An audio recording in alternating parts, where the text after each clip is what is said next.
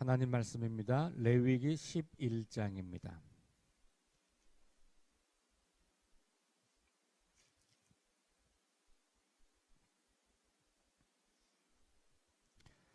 레위기 11장 오늘 전체 47절까지 말씀을 읽으시는데 오늘 이 자리에서는 1절부터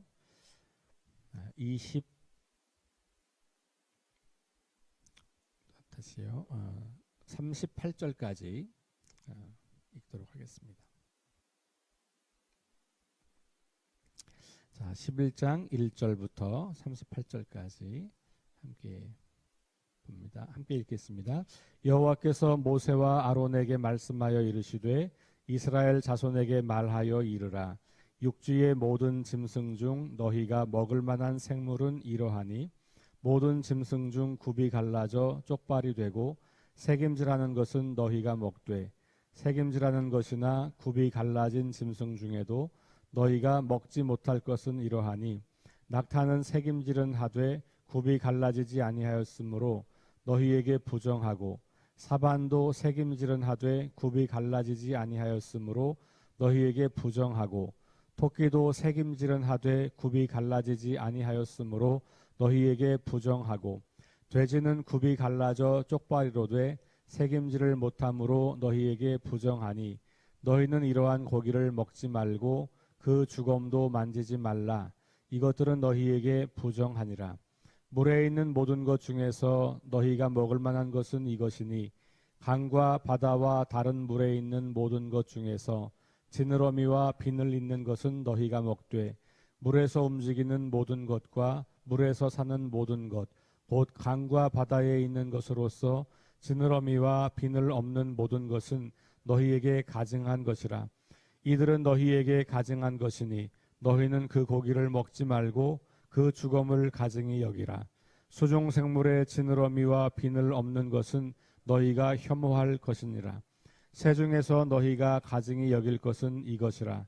이것들이 가증한즉 먹지 말지니 곧 독수리와 솔개와 물소리와 말똥가리와 말똥가리 종류와 까마귀 종류와 타조와 타흐마스와 갈매기와 새떼 종류와 올빼미와 가마우지와 부엉이와 흰 올빼미와 사다새와 너새와 황새와 백로 종류와 오디새와 박쥐니라.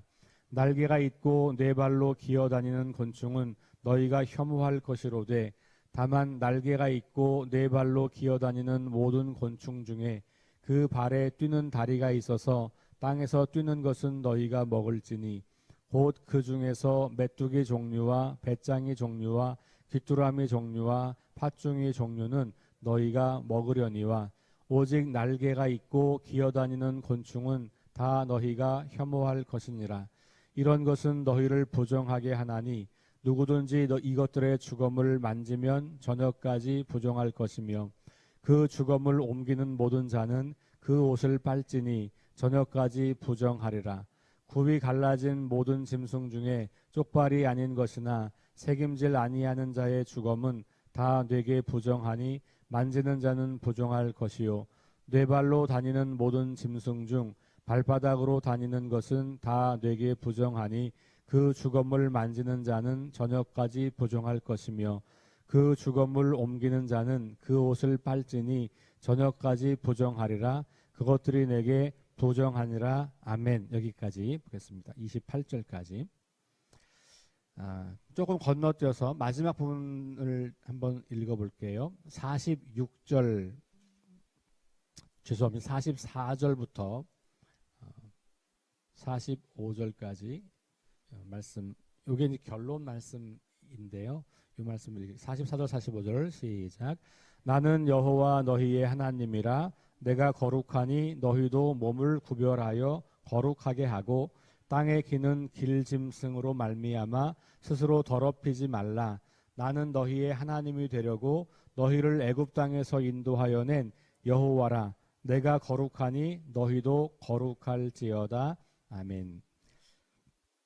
11장부터 15장까지를 우리가 정결법 이렇게 이야기합니다. 근데 여기는 우리 일상의 삶에서 자주 접할 수 있는 그런 짐승들 중에서 어떤 것은 정하고 어떤 것은 부정하고 이렇게 나누어 놓은 거예요. 근데 사실 지금 우리 현대인들의 생각에는 기준이 굉장히 모호합니다. 어떤 기준을 가지고 적용하면 이건 잘 안 맞고 이런 것도 되게 많아요. 예를 들면 이제 이게 아주 궁금하니까 학자들이 계속 연구를 해보면 뭐 예를 들면 이런 겁니다. 이게 이 사막에 광야 생활을 하는 사람들에게 어떤 거 먹으면 탈이 잘 나더라. 그러니까 그거는 먹지 못하게, 그래서 약간 위생적 관점으로 본 거다. 이렇게 보는 사람도 있는데, 근데 거기에 또 예외가 여럿이 등장해요. 또 대부분은 이게 이방 사람들이 뭐죠, 이렇게 제물을 드리는 것 이어서 우리 이 유대인들은 다른 제물을 드리는 거다. 뭐 이렇게 말을 하기도 해요. 근데 또 예외가 또 나와요. 예를 들면 이제 이렇게 어떤 하나의 관점으로 설명하려고 하면 예외들이 많이 등장을 합니다. 그런데 좀 포괄적으로 보면 그냥 물론 이것도 이제 한계가 있지만 대략 이런 거예요. 하늘을 나는 짐승들이라면 날개가 있으면 되고, 근데 날기도 하고 기기도 하고 뭐 이러면 안 된다. 뭐 예를 들면 이런 거예요. 하늘에서 날개가 있다면 하늘에서 살아야 되지, 이런 거죠. 또 다리가 있다면 땅에서 사는 건데 얘네들도 뭐 다른 어떤 활동을 하거나, 그러니까 공간을 나누어서 하늘, 땅, 땅바닥, 또 땅속, 물, 이렇게 각각의 그 영역에 걸맞는 기능만 담당하는 이제 그런 것들은 좀 일정 부분 정하고, 이 두 가지 이것이 좀 혼동되면 좀 부정하고 뭐 이렇게 아마 그 공간에 따른 것일 가능성이 높다. 또 이런 이야기가 좀 그 전체를 좀 포괄하는 이야기이기도 한데, 그건 역시도 사실은 잘 알 수가 없는. 그래서 우리가 이런 본문에서 왜 얘는 먹으라고 하고 왜 얘는 먹지 말라고 하는가에 초점을 두기보다는 이런 규정을 두고 있는 근본적인 이유가 뭔가, 여기에 관심을 가지는 게 중요하고, 더군다나 오늘날 우리가 여러분들이 여기 부정하다 그래서 먹지 않는 거 먹는 거 이렇게 구별하지 않잖아, 지금 우리 시대에는. 더군다나 이 말씀을 문자 그대로 말하면 우리는 맨날 옷 빨고 막 맨날 며칠씩 뭐 어디 있어야 돼, 이렇게 살기가 어렵죠. 그러니까 지금 현대인들의 일상의 삶과는 또 굉장히 다르지만, 이 수천 년 전에 이 광야 생활했던 이스라엘 백성들에게는 이게 굉장히 중요했던 것이거든요. 왜 이렇게 중요하냐, 그리고 지금 우리가 이해하기에는 다 이해할 수 없는, 아마 어쩌면 당시 백성들도 이걸 다 이해하면서 그래, 그러니까 이거는 하지 말고 이건 이거 해도 돼, 이렇게 하지 않았을 것 같아요. 다만 이렇게 특별하게 또 이렇게 신중하게 이것을 구별해야 하는 이유가 있다는 거예요. 그 이유가 뭐냐면 오늘 마지막 부분에 읽은 거예요. 44절과 45절 말씀. 이스라엘 백성들이 하나님의 구원을 통해서 이집트에서 나와서 새로운 나라가 됐단 말이에요. 근데 그 새로운 나라의 주인은 하나님이시죠. 그리고 이제 그래서 하나님의 백성이 된 거고 거룩한 나라가 된 거예요. 그래서 구별된 삶이 필요한데, 그 구별된 삶을 성경에서는 거룩이라는 단어로 사용하는 겁니다. 그래서 다른 사람들, 예를 들면 예전에 이집트에 살던 때와는 다른, 혹은 그들이 가나안 땅에 들어가서 살게 될 때 그 땅에 살고 있던 사람들과는 좀 다른 삶의 방식을 통해서 우리는 너희들과 다른 거룩한 사람들이다, 우리들은 하나님을 주인으로 섬기고 하나님을 우리의 왕으로 모시고 사는 사람들이야 라고 하는 것을 이제 보여주는 거, 그게 거룩한 것. 근데 그걸 왜 보여줘야 되냐면 하나님이 거룩하신 분이기 때문에 그런 거예요. 이유는 하나님의 거룩하심에서부터 나와요. 하나님이 거룩한 분이시기 때문에 하나님과 관계가 시작된 우리들은 그 하나님의 거룩하심에 이르는 그런 사람들이 돼야 되는 거지, 이런 거예요. 그러니까 원래 거룩은 하나님의 속성이어서 우리 인간에게서는 찾아볼 수 없는 것들이에요. 물론 여기 원래라고 하는 말은 조금 오해가 있을 수 있어요. 원래는 우리가 그렇게 창조된 거죠. 왜냐하면 하나님의 형상대로 창조되었으니까 원래 우리는 하나님처럼 거룩한 존재, 하나님처럼 충분히 사랑할 수 있는 존재로 만들어진 건데 이게 이제 깨어진 거잖아요. 그래서 성경의 이야기는 창세기를 빼버리면, 특별히 1장, 2장 이 창조 이야기를 빼버리면 이제 시작점이 없어지는 거예요. 그게 이제 하나님께서 우리를 하나님의 형상대로 만드셨다는 거거든요. 근데 문제는 그게 하나님과 거리를 두기 시작하면서 망가진 거예요. 그래서 선악과를 따먹고 하나님과의 친밀한 관계가 깨어지니까 하나님이 두려워지기 시작했고 하나님을 피해서 숨어야 했고 그러면서 돕는 배필이었던 사람들도 관계가 깨어지기 시작하고 책임을 전가하고 증오하고 죽이고 뭐 이런 일들이 지속되고 그게 창세기 10장까지 이야기예요. 그것 때문에 하나님께서 실망하시고 후회하시고 심판하시고 그런데 다시 기회를 주셔서 아브라함을 부르는 거죠. 그게 12장, 창세기 12장. 그래서 그 아브라함을 통해서 그 깨어지고 망가진 세상을 회복하는 원래의 창조의 세상을 만들고 싶은 거예요. 그걸 하나님 나라라고 우리는 계속해서 표현하고 있는 거예요. 예수님께서도 오셔서 하나님 나라가 가까이 왔다라고 선포하신 거예요. 그러니까 그 새로운 세상, 새로운 나라의 이 첫 번째 주인공이 이스라엘 백성들인 거예요. 그러니 이 깨어지고 망가진 세상에서 그냥 마음대로 자기가 왕이 되어 살고 싶은 그런 사람들 그러면서 계속 이 하나님의 창조 세계를 깨뜨리는 그런 삶이 아니라 하나님의 창조 질서 안에서 살아가는 그런 사람들. 그래서 하나님이 다스리고 하나님이 통치하시고 하나님과 함께 살아가는 사람들. 근데 그 하나님은 거룩하신 분이셔서 우리가 그 하나님과 관계하고 하나님의 통치를 받고 하나님과 함께 동행하는 삶을 살려고 한다면 우리도 그렇게 거룩한 백성이 되어가는. 그래서 오늘 말씀 마지막 45절에 나는 너희의 하나님이 되려고 너희를 애굽 땅에서 인도하여 낸 여호와라. 이 표현은 구약 성경에서 굉장히 많이 반복돼요. 십계명을 시작할 때도 이 표현으로 시작해요. 그러니까 하나님께서 우리에게 뭔가를 말씀하실 때 너네 이렇게 해야 돼 라고 말할 때 그걸 그냥 아무 맥락 없이 명령으로 주시는 게 아니에요. 그 앞에는 뭐냐면 내가 누군지 너희 알지, 내가 너희에게 어떻게 했는지 알지, 거기에 반응을 하면 마땅히 이런 삶을 사는 거야, 이런 맥락이에요. 그러니까 나는 너희의 하나님이 되려고 너희를 애굽 땅에서 인도하여 낸 여호와라. 이 표현. 그러니까 이게 뭐예요? 하나님의 은혜예요. 은혜. 그러니까 구약 시대의 율법은 은혜 때문에 주어진 거예요. 그러니까 은혜가 없는데 내가 너네 율법 지키면 은혜를 줄게 이게 아니고 이미 은혜를 주셨고 그 은혜에 합당한 삶은 이런 거야. 이게 율법이라는 거예요. 그런데 이제 시간이 지나면서 이게 율법주의가 됐죠.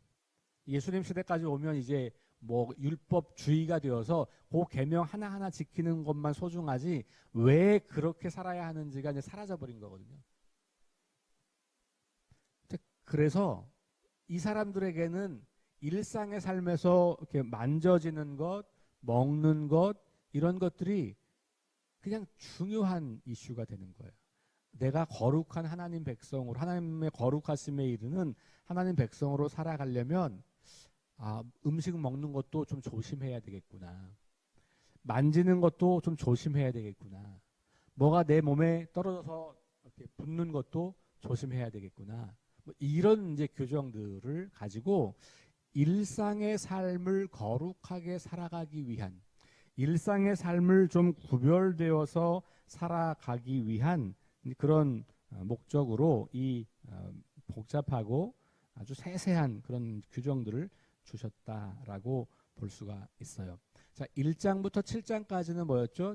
5가지 제사에 관한 이야기였고, 그 제사를 시행하려고 하니까 제사장이 필요하잖아요. 그러니까 제사장을 선발해서 그 제사장에게 그 제사를 지낼 수 있도록 성별하고 구별하고 위임했고, 그리고 그들이 첫 번째 제사를 드렸고, 뭐 이게 이제 10장까지 이야기잖아요. 그리고 실패한 이야기도 나오고. 근데 이 실패한 이야기, 아론의 자손들, 두 아들들의 이 실패 이야기를 통해서 깨닫게 되는 건 뭐냐면, 그러면 우리가 어떻게 하나님 앞에서 죽지 않을 수 있지? 이런 거잖아요. 어떻게 그럼 우리가 하나님 앞에서 합당하게 예배를 드리지? 이런 표현인 거죠. 어떻게 우리가 하나님 앞에 합당한 모습으로 나아가지? 그 기준이 뭐야? 이게 궁금하잖아요. 그래서 사람들에게 이와 같이 11장부터 15장까지 아주 다양하고 세부적인 그런 이제 규칙들, 정결 규례들을 소개해 주는 거예요. 왜냐하면 제사장의 중요한 임무가 정함과 부정함, 거룩과 속된 것을 구별하는 거였잖아요. 요 구별, 분별을 잘못해서 엉뚱한 불을 써서 죽은 거잖아요. 그래서 술 먹지 말라, 술 취하지 말라라고 하는 표현을 그 거룩함을 구별하기 위한 것 때문에 한 건데, 그러면 제사장들에게는 이 백성들이 지금 거룩한 상태인지 부정한 상태인지를 판단하는 게 되게 중요한 거예요. 그러니까 단순히 이 재물, 물건만이 아니라, 가지고 오는 재물만이 아니라 이 사람들도 과연 지금 하나님께 나오기 합당한 그런 부정한 상태가 아니고 정한 상태인가를 분별해야 돼요. 근데 그건 제사장의 임무만이 아니라 제사를 위해서 나오는 이스라엘 백성들조차도 내가 지금 하나님께 가면 죽는지 하나님께 가도 괜찮은지가 분별돼야 되잖아요. 그래야만 하나님 앞에 합당한 제사를 드리고, 그래야만 내가 하나님 앞에 나아가서 하나님께 제사를 드리고 그 하나님을 기쁘게 할 수 있는 거예요. 내 몸이 지금 정결한 상태인지 부정한 상태인지를 점검해야 할 필요가 반드시 있는 거죠. 그러니까 이 이야기가 나오는 거. 그리고 다시 15장으로 가면 후반부에 그 10장에 나왔던 아론의 두 아들, 죽은 두 아들 이야기가 또 나와요. 그러니까 이 11장과 15장은 그 두 아들 이야기 사이에 붙어 있어요. 어떻게 보면 11장부터 14장, 15장 전반부까지를 빼고 15장 후반부를 10장에 붙여도 이야기가 돼요. 근데 그 가운데 있는 건 뭐냐면 그 이야기가 더 세부적으로 어떤 것을 그러면 분별해야 되는지를 소개하고 있는 거죠. 오늘은 주로 이제 이 짐승들과 관련된 내용들이다라고 하는 거죠. 자, 그래서 핵심은 거룩하게 살아가는 것이에요. 핵심은. 그러니까 지금도 그래서 우리가 요걸 해야 되냐 말아야 되냐, 어떤 게 이런 세부적인 규정을 막 따지는 것보다 더 중요한 것은, 그래서 내가 거룩함을 유지하고 있느냐예요. 이게 놀랍게도 예수님 시대 가면 예수님은 바리새인들을 거룩하다고 생각하지 않았어요. 그렇죠. 바리새인들은 겉으로는 레위기 율법 플러스 시대가 지나면서 자기들이 만들어 놓은 그 수많은 율법들을 깨알같이 다 지키려고 했던 사람들이죠. 근데 그들은 거룩의 본질을 지키지 않았어요. 그 거룩의 본질은 뭐냐면 하나님과 같은 마음으로 하나님의 다스림 아래서 사랑과 공의를 행하는 삶인데, 그거는 안 하면서 조항은 열심히 지켰던 것이죠. 그러니까 이 율법의 핵심, 그 다음에 거룩하게 살아야 하는 핵심에는 사랑이 들어있는 거예요. 예수님께서 그렇게 요약했잖아요. 하나님을 사랑하고 이웃을 사랑하고.